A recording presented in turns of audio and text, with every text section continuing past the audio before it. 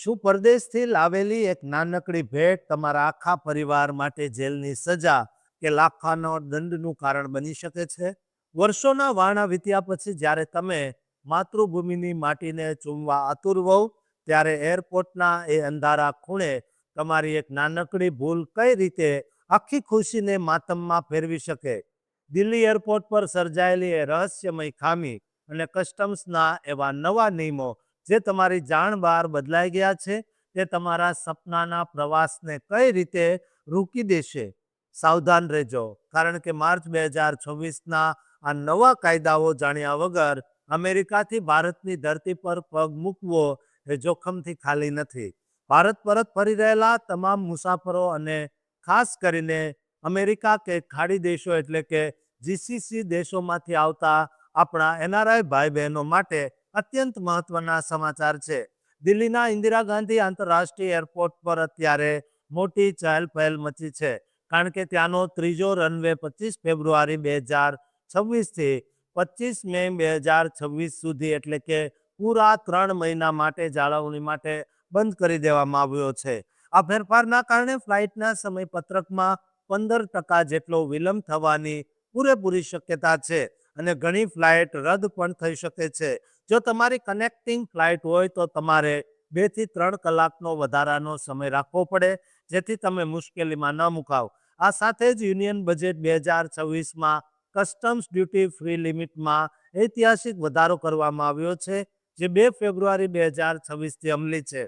હવે તમામ ભારતીય મુસાફરો માટે આ મર્યાદા વધારીને એક સમાન 75,000 રૂપિયા કરી દેવામાં આવી છે.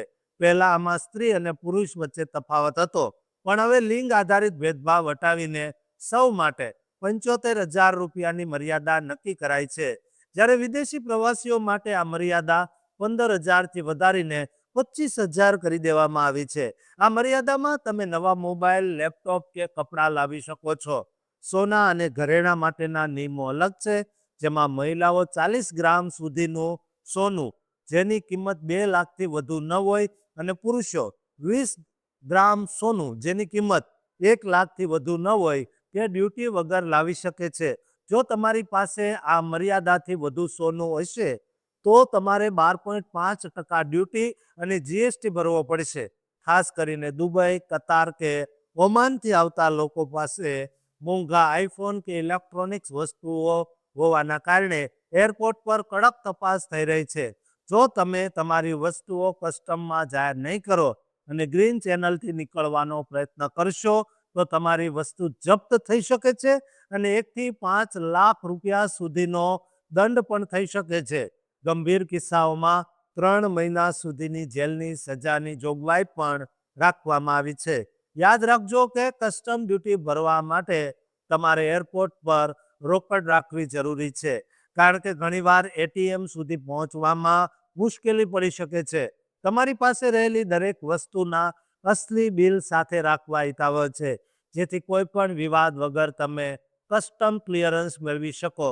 2026ના આ અપડેટ મુજબ રેડ ચેનલનો ઉપયોગ કરવો વધુ સુરક્ષિત છે. જો તમારી પાસે મર્યાદાથી વધુ સામાન હોય તો આ અહેવાલ તમારા તમામ મિત્રો અને સગા સંબંધીઓ સાથે શેર કરજો, જેઓ ટૂંક સમયમાં ભારત આવવાના છે, જેથી તેમની મુસાફરી સુખદ રહે અને એરપોર્ટ પર કોઈ કાયદાકીય ગૂંચવણમાં તેઓ ફસાય નહીં કે મુશ્કેલીનો સામનો ન કરવો પડે. દોસ્તો, આ ચેનલમાં તમે નવા છો તો આ ચેનલને અત્યારે જ સબસ્ક્રાઇબ કરી લેજો.